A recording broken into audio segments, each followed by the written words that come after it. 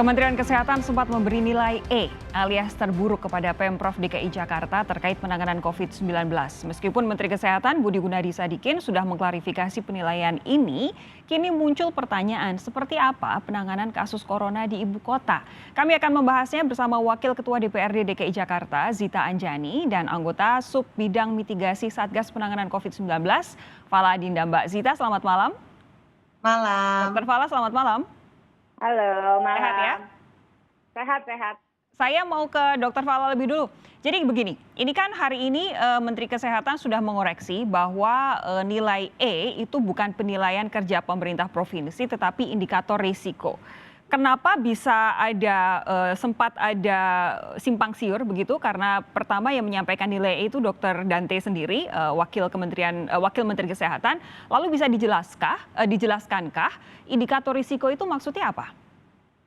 Iya, saya rasa kesimpang siuran memang ya sering terjadi ya, karena dalam penilaian data kita memang sering mengklarifikasikan antara wilayah A, B, C, D ataupun E gitu, di mana mungkin DKI Jakarta selama 1 minggu terakhir memiliki risiko yang cukup paling tinggi di antara provinsi-provinsi lainnya. Tapi bukan berarti di mana yang dicapai oleh masyarakat, yang didapatkan oleh masyarakat informasinya adalah suara saya cukup jelas nggak ya, Mbak Sophia? Iya, silakan. Jelas, Oke.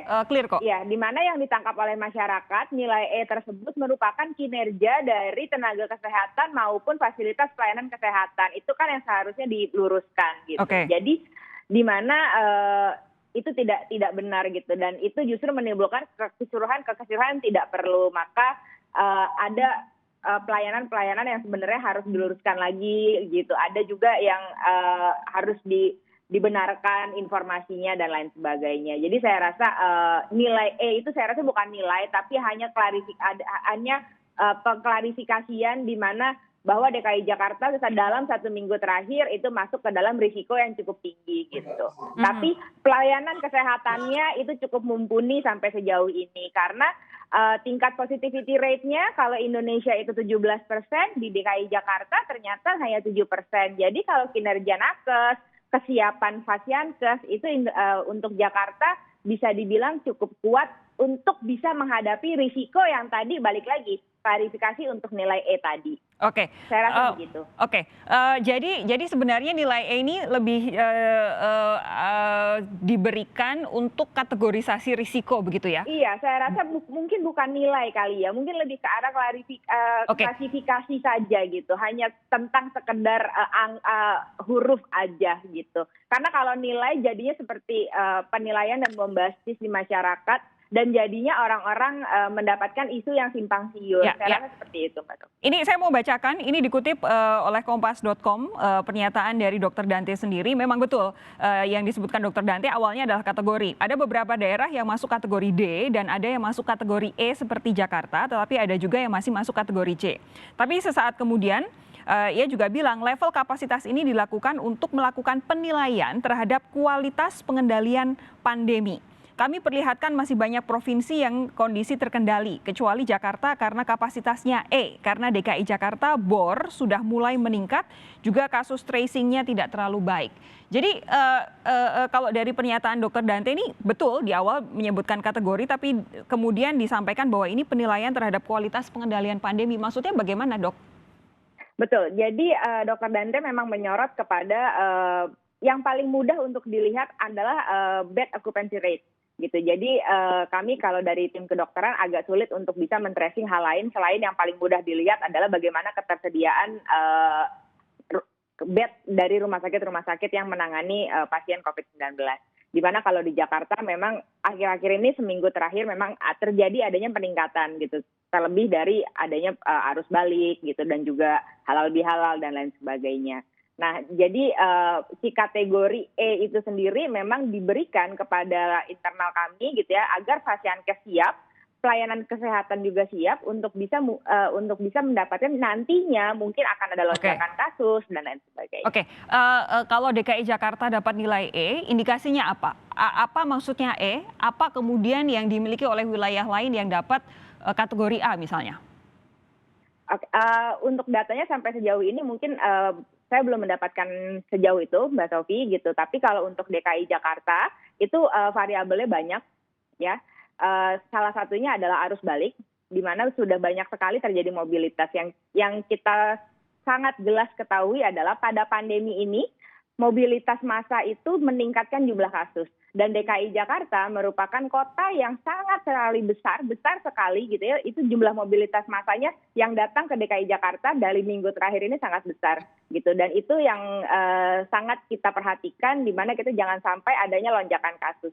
Oke. Seperti itu. Saya beralih ke Mbak Sita. Mbak Sita, ini sudah ada klarifikasi dari Kementerian Kesehatan, katanya kategorisasi risiko, bukan soal penilaian penanganan pandemi. Walaupun sempat terucap level kapasitas ini dilakukan untuk melakukan penilaian terhadap kualitas pengendalian pandemi. Tapi sudah diklarifikasi oleh Dr. Fala barusan. Apa yang bisa Anda sampaikan soal ini, Mbak Sita?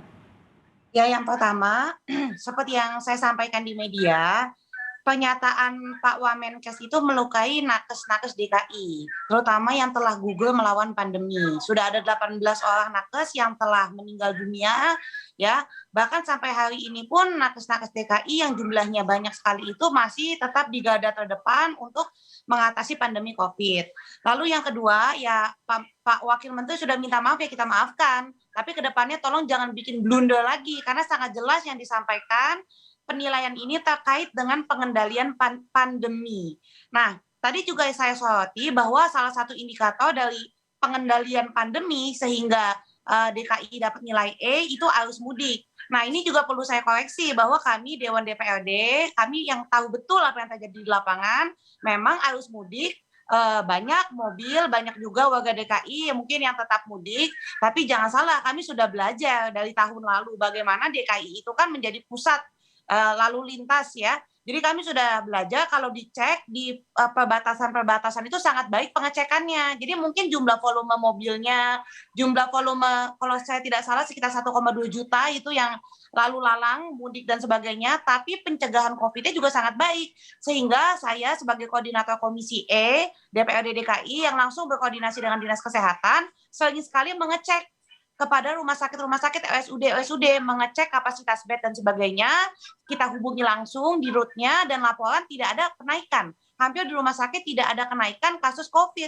Nah, jadi sangat tidak ada itu saya belum tentu tidak bakal kan? Dan itu seperti melemahkan semangat teman-teman nakes yang sedang berjuang di lapangan. Oke, Mbak Zita begini, tidak ada itu bukan berarti tidak bakal. Ini yang harus kita antisipasi bersama. Karena kalau dari penilaian Kemenkes sendiri jangan-jangan nanti risiko tertinggi itu akan terjadi pada awal bulan Juni. Tapi begini, tadi Anda sempat bilang bahwa pernyataan Dr. Dante itu melukai para tenaga kesehatan. Kalau kemudian yang dinilai adalah pengendalian pandeminya, artinya adalah kebijakannya, kenapa harus nakes yang kemudian terlukai? Bukankah kalau ngomongin soal pengendalian, ngomongin soal kebijakan, seharusnya yang merasa terlukai adalah pemerintah Provinsi DKI. Kenapa kemudian jadi nakes yang seolah-olah digambarkan terlukai di sini? Padahal yang dinilai, kalaupun memang ada penilaian, itu adalah soal kebijakannya. Loh, jangan lupa Pemprov DKI itu isinya di bawahnya ada Dinas Kesehatan. Jadi kalau misalnya pengendalian COVID dapat nilai E, tentu Pemprov DKI dan jajarannya termasuk di dalamnya nakes yang langsung berjuang di garda terdepan tentu merasa terlukai. Dan bayangkan kalau indikatornya disebut adalah pengendalian pandemi, ini menurut saya sangat tidak objektif. Kalau mau melakukan penilaian boleh, tapi yang objektif dan by data. Datanya adalah pada tanggal 27 Mei, angka sembuh COVID itu 95,7%. Angka meninggalnya 1,7%. Ini lebih baik dari provinsi lain. Jadi kalau mau melakukan penilaian, gunakan juga indikator-indikator lain gitu. Oke. Jangan tiba-tiba kalau kemudian tadi sudah disampaikan pandemi nilainya itu tidak objektif menurut saya. Kalau ini sudah disampaikan bahwa itu adalah kategorisasi risiko. Karena kita harus akui DKI Jakarta yang paling banyak orang berlalu lintas mudik adalah memang dari DKI Jakarta. Karena seperti mudik-mudik tahun-tahun sebelumnya, di masa sebelum pandemi ya memang orang Jakarta lah yang paling banyak melakukan perjalanan mudik, Mbak Zita.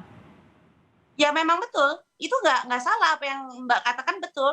Tapi kalau diberikan nilai, apalagi nilainya E, dan menurut saya nilai E itu tidak berbasiskan data, tidak berbasiskan indikator yang jelas, ya tentu itu menjadi tidak objektif. Kalau mau menilai, kita menilai juga dong angka kesembuhannya, lalu angka kematiannya berapa, lalu kita bisa juga melihat tesnya, jumlah tesnya dan sebagainya. Tapi yang disampaikan oleh Pak Wamenkes adalah data terkait pengendalian pandemi, dan terkait pengendalian pandemi itu diberikan nilai E. Nah, jadi pengendalian pandemi itu tidak hanya bisa dilihat dari 1-2 indikator, banyak sekali, luas sekali gitu loh. Kalau soal jumlah tes, kita semua harus akui bahwa DKI Jakarta memang yang paling banyak di seluruh Indonesia, paling banyak jumlah sampel tesnya, itu tidak bisa dimungkiri begitu. Tapi kalau misalkan Mbak Sita saya minta untuk menilai pengendalian COVID-19 di DKI, kira-kira harusnya dapat kategori apa Mbak Sita? Kalau saya menilai sekarang sangat baik. Kita memang DKI itu dulu sempat kaget karena DKI ini kita pengalaman, sudah berapa kali kita mengalami arus mudik Lebaran, lalu Idul Adha, lalu ada lagi saat tahun baru, belum ada libur panjang, kita sudah berpengalaman berkali-kali. Jadi ketika ini ada arus mudik lagi, pengecekan di jalan, lalu formulir cek swab dan sebagainya itu lebih baik. Jadi ketika ada arus mudik, jumlah yang positif tentu tidak seperti yang dulu-dulu. Jadi kalau saya bisa bilang, pengendalian COVID lebih baik dibandingkan yang sebelumnya. Saya nanti akan minta tanggapan dari Dr. Fala sesaat lagi. Anda tetap bersama kami, Sapa Indonesia Malam segera kembali.